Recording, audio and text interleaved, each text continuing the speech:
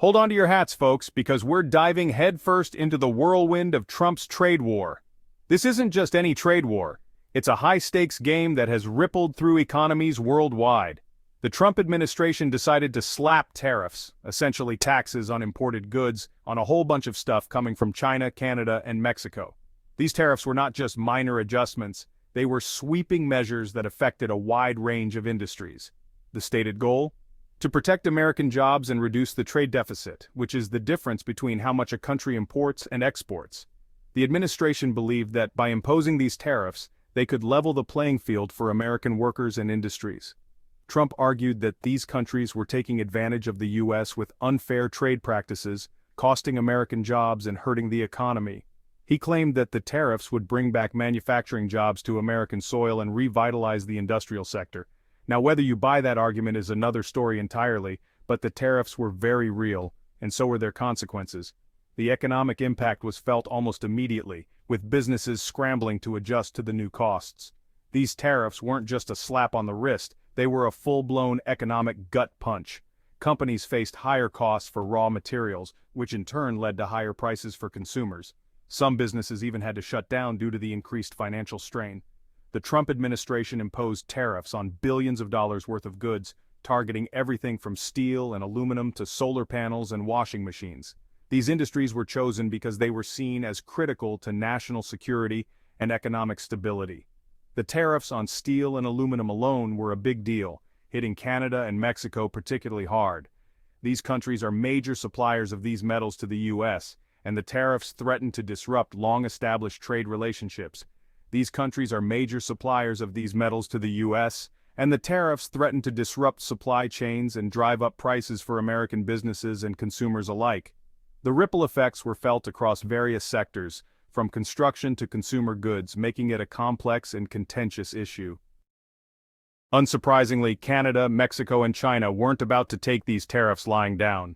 The initial shockwaves of the tariffs were felt immediately, and the global community braced for a series of retaliatory measures. They hit back with retaliatory tariffs of their own, targeting key American exports like agricultural products, bourbon, and motorcycles. These industries, which had previously thrived on international trade, suddenly found themselves in the crosshairs of a burgeoning trade war.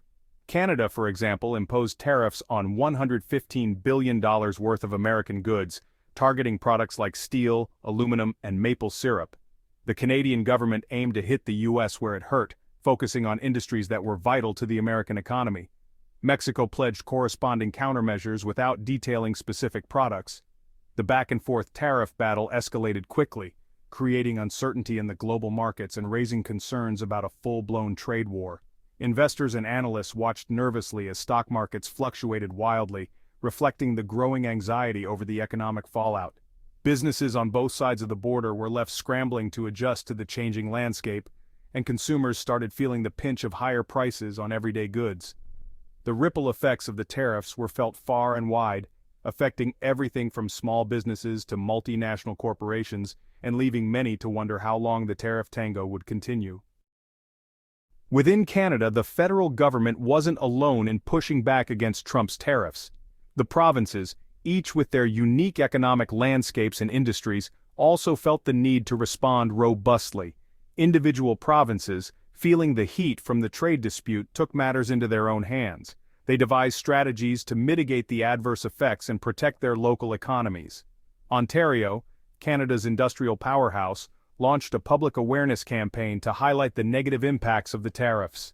The province also provided support for businesses affected by the trade dispute, ensuring that local industries could weather the storm. British Columbia, a major exporter of softwood lumber, also took steps to support its forestry industry, which was hit hard by U.S. tariffs. The province implemented measures to sustain its lumber exports and protect jobs in the forestry sector. Nova Scotia, a significant exporter of seafood to the U.S., looked to diversify its export markets to reduce its reliance on the American market. By exploring new international markets, Nova Scotia aimed to safeguard its seafood industry from future trade uncertainties. Quebec, a major producer of aluminum, provided financial assistance to its aluminum industry to help offset the impact of the tariffs. The province's support aimed to maintain production levels and secure jobs in the aluminum sector. Even the Northwest Territories, not usually on the front lines of international trade disputes, felt the impact, as the tariffs threatened to disrupt its mining industry. The region took proactive steps to ensure the stability of its mining operations and protect its economic interests.